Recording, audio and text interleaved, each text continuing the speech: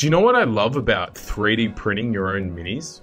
You can basically print whatever you want. You're not limited to what's in the shop. The possibilities are almost endless as there's just thousands and thousands of different creators online, each with their own unique spin on just, different types of models. In this video, we're gonna be printing and painting MrModulork's looted worm banshee, or as I like to call it, the orc that's riding the I can't believe it's a tyrannid. Now, first off, this model is pretty big. That's what she said. And with my Saturn II, I couldn't fit all the pieces onto one build plate, so I needed to do it in 2 parts. Now we're looking roughly at 8 hours per print, about 2,100 layers per print. So there's a bit of time, and I haven't optimized my printer to kind of like maximize its speed. I've been content with how fast it goes, and I've done a lot of my printing already, so there's no real rush for me to get that faster. So just before you like type away in the comments, like you could get those are rookie speeds. I only got access to this print on a Friday afternoon, and I was aiming to get it done and painted over the weekend. The greatest Warhammer model ever is currently being downloaded. I'm at work and I was just like, I need to render this so it's ready to go when I get home. It was a very ambitious project because Baldur's Gate 3 had also come out and I had just upgraded my PC so I could play it. Part 1 of the print is printing now, and I get to play some Baldur's Gate, and I'll see how that print is going tomorrow morning. So it was very difficult to juggle all those important life commitments as well as get this project completed. Saturday morning, I woke up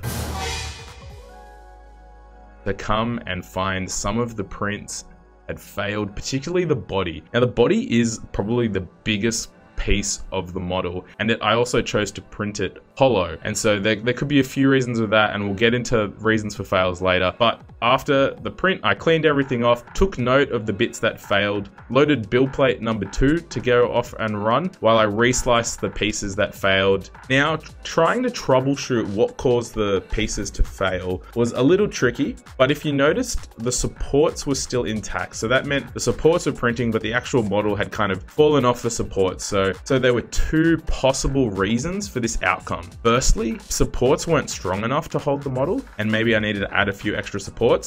Secondly, it had been colder over the weekend and I was printing overnight, and so when it's colder, you need to up your exposure because it takes the resin a little bit longer to cure, and so you need to increase those exposure times, and that's something that I forgot about. I thought I was okay, so I ended up just adding a few more heavy supports to the lower parts of the models just to make sure that they could hold on, and that seemed to work. But I just wanted to say that thing of, in hindsight, it might have been user error. Like, I don't want to like, I don't know, throw any shade at MrModulork, but like, I generally have good experiences with their prints, and I think it was just down to user error on my behalf. Now that everything was printed, I put it all in my wash and cure station, first washing it, rinsing off all the like excess resin, and then curing the pieces in my little revolving wash and cure station. I also pulled out my little battery UV contraption to cure the inside of the torso piece, just to make sure that everything was cured on the inside. I really go overkill with the hollow models because I've just seen the horror stories of things exploding on people's shelves, and particularly if I've invested a lot of time into painting these models, I don't want anything to go wrong.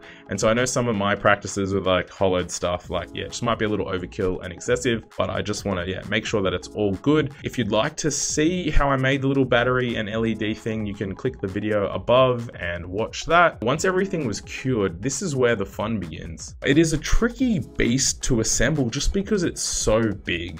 That's what she said. And now I've assembled some big models from Which Song Miniatures. They had some mad sale in July. It was like $1 for each thing. This dude here was $1. You can see, like, that's crazy. Like, this was $1. Crazy. $1. But these guys have little indents in the base for where the feet and stuff go.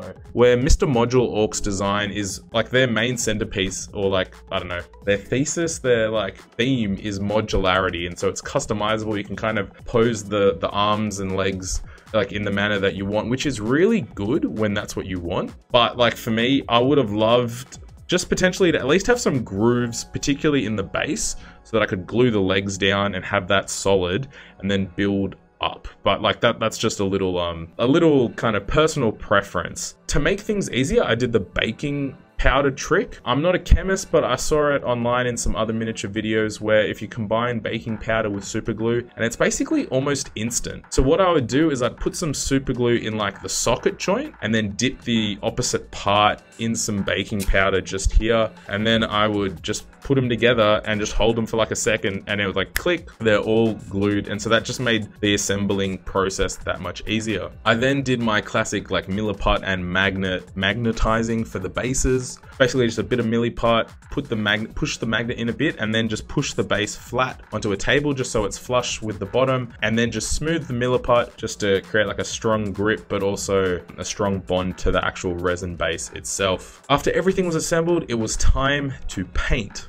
Now, Gaalheri was kind enough to send me one of their airbrushes, and it's my second airbrush that I've used, and I was pretty impressed with it. It was very easy to kind of take it out of the box and go straight into airbrushing, and they had some really good instructions, basically how to look after it and clean it. Take everything I say about airbrushes with a grain of salt, just because I'm still quite inexperienced with them. The link in the description if you're interested in getting this airbrush. Now, I primed the model black,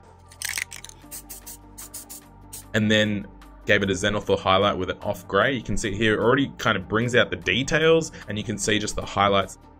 I then hit the carapaces with a purple, and then kind of the bony underpart, fleshy parts with a pink. I did a like kind of 50-50 mix of the pink and purple for highlights on the carapaces.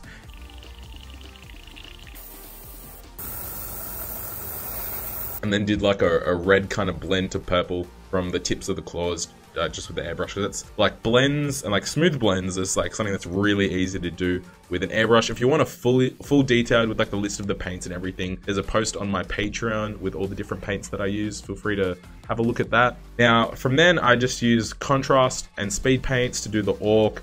The metallic bits I just dry brushed over gray, and so that's kind of where I'm at. It's like almost done, like not completely done. There's a few little highlights I wanted to do, but yeah, will I get around to it and finish it? Who knows? Now that the video's out, I might not get to it, but I'm really happy with this model, really happy with how it's turned out. Yeah, I was gonna try edge highlight the carapace and stuff, but I was really worried that I would stuff it up and kind of butcher it, so I might go back to practicing edge highlighting on smaller models, whereas this is like a big centerpiece. I really like it, I don't know, just being clean and smooth, and once I get better at edge highlighting, maybe I'll give it a crack. Let me know what you think. If you'd like to watch any of my other hobby videos, you can click the links there. Otherwise, thank you for watching and happy hobbying.